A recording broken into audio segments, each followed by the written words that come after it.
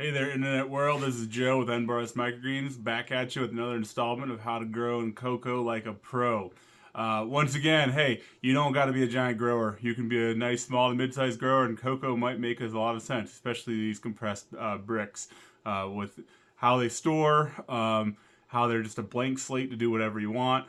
There's so much more you can do than grow micros in it. Up to you. Kind of your imagination's the limit. So check out our video on why you might want to grow in cocoa. There's some pretty good convincing reasons. Yeah, check out this video. It should be up here somewhere. We'll get that link to you as soon as we can. So here we are, the Coco Battle Royale. Got 4 brands here. Again, we're growing professionally, right? This is not just for your everyday hobbyist dabbler. I am looking for a half pallet, quarter pallet, whole pallet. We're talking 50, 100, 200 bricks of cocoa. A lot of cocoa, right? We definitely go through about 4 to 6 bricks a week, depending. We're working on 60 trays plus a whole bunch of other side experiments like edible flowers, vermicomposting, potentially mushrooms here in the near future. Whatever it may be, cocoa is a very versatile medium. And because of that, I am hunting for the best cocoa I can find, right? The best cocoa for a professional grower, whether you be microgreens, mushrooms, worms, cannabis, edible flowers, whatever you might be. If you got something else that you're growing out there, drop them in the comments below. I'd love to hear from you on what it is that you're growing in your cocoa. Because, hey, I can learn something new. And I got tons of cocoa to get rid of. So I'm always open to new ideas and dabbling as long as it's something that can help propel my business forward. But like I said, Battle Royale. Got 4 cocoa brands that you can get in large quantities. They are, starting with the current one that I am using, is from Grow It Depot. Great price on this stuff. You know, I got a sample brick from them. I thought it was good. Had some questions about the sample brick. I'll always recommend get a sample brick from any grower that you or a supplier you possibly can. Grow out with it. If they're hounding you, hey, you want to order this? Say, hey, I need 2 weeks. I'm still growing my micros. I don't know how I'm doing. You know, just do your thing and make sure that it's going to work for you. I had some questions about it, and now I still have questions about it. But we're going to really take an in-depth look at Grow a Depot, their naked bricks. Screaming deal on it, I will say that. Next one I got over here, and I'm going to hold it up, but I had to cut open the bag to kind of read it a little bit more because I was curious about it. Para Sustained. If any of you guys are on some of these microgreen groups on Facebook, you may be seeing Pete Sander, something like that.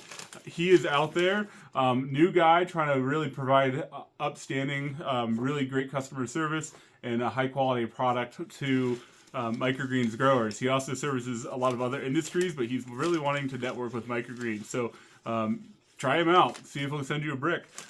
He will do quarter pallets, so it's little as 50 bricks on a quarter pallet. Shipped from Virginia, I think. So for those of you guys on the East Coast, may make a little bit more sense than like me here in the Mountain West. All kind of depends. One of the things I will mention about all these cocoa bricks, I grow organic. You know, from the input, the seeds, the soil, the cocoa. One of the reasons I use straight cocoa bricks is because I do grow organic and it's a whole lot easier to source those. Again, see the why to grow in cocoa video. So some of these folks, they have the CDFA OIM. I know alphabet soup, right? California Department of Food and Agriculture Organic Input Material Certification. There's also the OMRI certification, the Organic Materials Review Institute. It's a nonprofit arm that works with USDA to ensure that the things that they are certifying meet the USDA standard. Of course, California being California, they like to be a lot more strict on so many things, right? Every time you walk down the jetway on an airport in California, hey, the jet fuel is going to cause cancer. Just so you know. I was like, of course it is, but we're still getting on the plane anyway, right?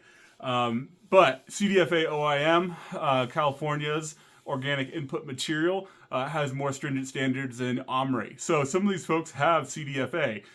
Grow It Depot is one of them. They are not OMRI certed. They can choose whoever to go through, right? But they are CDFA certed because they know with a CDFA cert, whoever our certifier will be likely will accept that, even if they don't accept an OMRI material. just a little kind of background education on that. So all these are either Omri, CDFA, or both. All right, who else we got here? So this is one of my favorite ones I used for a long time. Coco Bliss. Plantonics, I think is it, plantonics.com. I'm going to put a link for all these as well in the comments below. So check these out. I really like Coco Bliss. If you're buying a single block at a time, it is probably, in my opinion, one of the best quality for the price cocoa bricks you can get out there. Can you get cheaper? Yes. You can go to Walmart and get them for 13 bucks. One of the things to look out for, though, is country of origin, right? One of the things that I've kind of ran into in my research of cocoa, typically cocoa coming from India is going to be cleaner and with less salt content than cocoa coming from Malaysia and other locations, Indonesia. So just because of the way that they treat them, they're rinsing with fresh water, not with salt water. So just one of the things to be looking out for. Sometimes you get a really screaming deal on a brick of cocoa. Yeah, one brick of cocoa, micros might grow just fine in it. When you're going through bricks and bricks and bricks, and then you're trying to figure out what are you doing with all your bricks, and you're like, well, I'm going to add in my garden. You don't want to be adding a ton of those salts into your garden. So just something to be watching out for. Coco Bliss, in my opinion, has one of the cleanest cocos, one of the best ground cocos, and decent price. Now, when you get to the bulk stages, their price is not nearly as competitive as some of these other folks. But for those of you who are only doing a couple bricks of cocoa a month, you know, awesome deal. You can often pick up a 20% off discount from their site, which is plantonics.com. And you can get it for even cheaper than that off Amazon. One thing I will note with this one too, and I'm going to go into these all in a whole lot of detail in future videos. One of the things about Coco Bliss I've noticed, when you order from their website, they give you big, healthy bricks. You order from Amazon, you're going to get little skimpy bricks. Don't ask me why. That's what I found out. If you want to order Coco Bliss, go to Plantonics. Last one I got here, I'm kind of excited about. Hadn't really heard of them. And just from picking it up, it feels heavier than the rest. I'm going to tell you that now. Hadn't picked these up one by one after the other until just now. And now I'm just like, oh man. Dutton. I'm in Montana, right? Yellowstone. But I believe the pronunciation is Dighton Core. Is an Omri-certified material. In my opinion, they give you some of the most comprehensive materials or information on their label. You know, here they're saying weight is 11 pounds, plus or minus 2 pounds, which I'm going to tell you is awesome. You know, a lot of these bricks are compressed by volume, not by weight. And so a lot of these you'll see 10-pound brick and you'll get it in the mail and it's an 8-pound brick. You're like, hey, what gives? Or it might come in the mail and it's a 13-pound brick. You're like, sweet, scored on that one. The volume should be the same. Sometimes the way things are ground, they will be denser or less dense. So it just all kind of depends on that. I don't really have a whole lot more information for you than that, but it should come down to the volume. All these should be giving you about 2 cubic feet, 2.1, 15 gallons, somewhere in that ballpark. But this one's claiming 2.5, and from the weight of it, I might believe them. And I'm going to guarantee you, I'm going to be testing all these too. So if they're claiming something like one, I'm going to Terra Sustain was saying we'll rehydrate in 60 minutes. I'm going to find out. I don't like I don't like trying to mess with partially hydrated core. If it's partially hydrated, don't put 60 minutes on there because it's not true. It may be perfectly true. We're going to find out in future videos. But yeah, this one looks really good. If you're interested in Dighton Core, if you're on the Facebook groups, look up Andy Fry, Renegade Acre. He's a sales rep for them, and he can hook you up with a sample block as well as purchasing options for that company. So check them out. Definitely something that's really interesting to look at. So in this Battle Royale, what are we actually looking for, right? One of those things, like I said, weight. What do you advertise your weight for? What does it actually come out to be? We're going to look at weight. Price. This is going to be a big one, especially for professional growers. We're not looking to pay $22, $23 a brick. I want 10, I want 9, 11, in that ballpark. After freight, that's really what I'm hoping to find when it comes to prices for a lot of these folks. One of the big ones for me is like workability of it, right? How quickly does it rehydrate? Is it going to rehydrate just fine in the 8 hours I need it to while I'm sleeping? But not only that, one of the things I think is really important is like what is the grind on it? Because if you think about what coconut coir is, you got your big green coconut out there, right? Hanging on the palm tree. But you go to the grocery store, you just see the little brown, like really hard one, right? Well, what happens to that other 2 to 3 inches of coconut, right? That is what is ground up into coir. That is what we're using for its, pretty awesome benefits that it has. But not everyone and every brick is ground the same. And it's really important to kind of understand. Because you're going to run into stuff and you're going to, as you go through tons of bricks of cocoa, you're going to start to understand, oh, that one looks skinny. That's going to be a problem child. That one looks really thick. What is up with that? Because it's thick, but it's not heavy. So some of the things that you could run into, the really thin ones are over compressed and they take forever to rehydrate. Just going to throw that out there. That's an issue. For us who are really trying to pound through cocoa as part of our livelihoods, right? One of the other ones that I think is really important is crumbleability. So I got just like a clump that I didn't break up with my Ninja Claw just for demonstration purposes. And when you crumble it, it should just crumble straight up and it's gone, right? Nothing to it. I'm sure there's an industry specific term, but one of the things you'll run into is what I call a bird's nest, right? If you're a fisherman and you know what a bird's nest is, it is a royal mess, right? Same thing. It's not crumbling. It's all these really long fibers. They just stick together. These aren't bad. These are silver dollar size. When you get one that's the size of a baseball or a softball even, that becomes a problem. Because ultimately you're having to tease that long strands of cocoa apart in order to be able to get it to set right into your trays.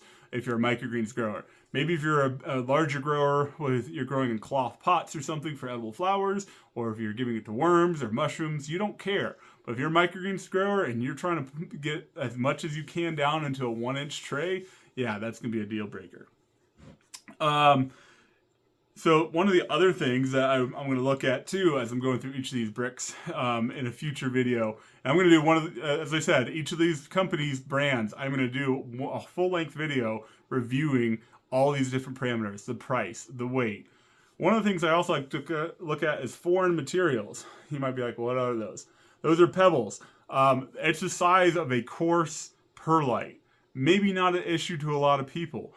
I don't like seeing this stuff in my cocoa, and if you're going to claim that you're a premium cocoa brand, you best not have it. You'll often find sand granules in there too. Chunks of, I don't know, but I think that's coconut or something else. I have found some companies that I'm not reviewing here, even like plastic straws, right? Junk that's floating in the ocean. I don't want that even in organic, these were organic omri-certed coirs. Total garbage still. Not cool. So yeah, that's the real simple, just kind of like initial impressions as we rehydrate it. What is the weight? What is the grind? Is it ground well? Does it clump together? Does it break apart really easily? Does it have all these birds' nests in it? Is there a bunch of random diatrus in there? And that's going to be part 1 of those videos.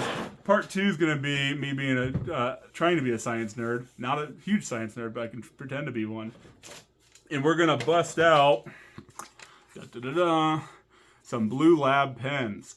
Got an EC pen, electronic current and total dissolved solids, TDS pen, and a pH and temperature pen. So most of these companies are going to claim a pH level on their cocoa. They're also going to say, hey, we triple washed our cocoa. And because we triple washed our cocoa, there is no salts or minimal salts, things like that. Salts will show up as electrical current in cocoa. The pH will also show up If a cocoa is not thoroughly washed and it's high in salt content, that will likely raise its alkalinity. Could tank its acidity, one way or the other with the pH. We're just going to find out. I don't know what's going to happen. I'm really curious about some of these that I've worked with extensively, and I'm like, why is there this much sand in my core? Because it makes me think you didn't wash it, right? Those sorts of things, and it just makes me curious and want to really dive in and understand. I'm going to give a huge shout out to Geek Gardener, another channel out here on YouTube, where I got the process to do how to test your core. Essentially what we're going to be doing is we'll be doing a 2-to-1 sample. We'll be taking, kind of a beakery dish sort of thing. We're going to do a 2-to-1, 2 parts water to 1 part core. So 100 mils, 100 cc's of core, 200 cc's of water. We're going to give it 15 minutes. Got these fancy glass stirrers, so that way I'm not introducing any additional potential contamination into what I'm doing that may affect your EC or your pH.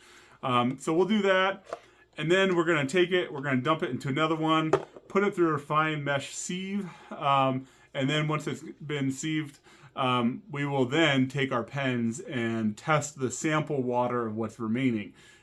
Microgreens don't really start getting into the material that it's growing in, right? Most plants don't. They're searching for nutrients in the core or soil or hydroton or vermiculite or perlite, whatever people are growing in. Really, plants are trying to make their way through that to find the nutrients. And the nutrients are going to exist in the water. And this is a little bit different when you get into like true organic soils, but in a pseudo hydroponic setup like we have going on with a lot of core users, that's what we're going to be looking at. So we'll be taking a test sample that's in water, that's been finely strained through this guy, and then we will just take our sample pH. We'll be using distilled water for all of this. I don't normally recommend distilled water. It's expensive. It's not necessary. But for the purpose of these tests, we're going distilled, right? I want to know when I rehydrate my blocks, I'm not adding any additional pH to my block itself. My pH here in Montana is, I just tested it today, hovering at like 7.9 to 8. I got a town called Phosphate about 40 miles away from me here. It's crow flies. So we have high pH here, very alkaline soils and thus alkaline water. I don't want that to skew my test, so I got distilled. Should have a balanced pH of 7. Electric current too should have very, very minimal dissolved solids that conduct electricity in that water. So just from that standpoint, we're going to go with distilled for rehydrating. Also for the pH and the TDS and EC test, we will also give that a whirl with distilled water, just to minimize everything. We will take baseline readings of the EC of that distilled water to make sure it's as close to 0 as we can get. We will subtract that number from whatever the end result is that we get to give us the most accurate EC of what that core contains. And again, we're using an EC as a proxy, right? I just want to know, more than anything, what is the salt content of my core? If my salts are really high, I don't want to be throwing that and just like inundating my garden with salts. No better than Miracle Grow, right? Same thing. You're salting your land. I have a beautiful 20 by 20 foot garden in my backyard. Grow the best tomatoes in the world out there. Some of the best melons. I don't want to go mess that up. So I want to make sure what I'm doing is right. Yeah. So with that, I don't know. Let the games begin. Is that what we say here? Are you ready to rumble? All right, guys. We'll see you in the next video. We'll probably be taking a quick look at Terra Sustain Core first. Have a good one. Bye.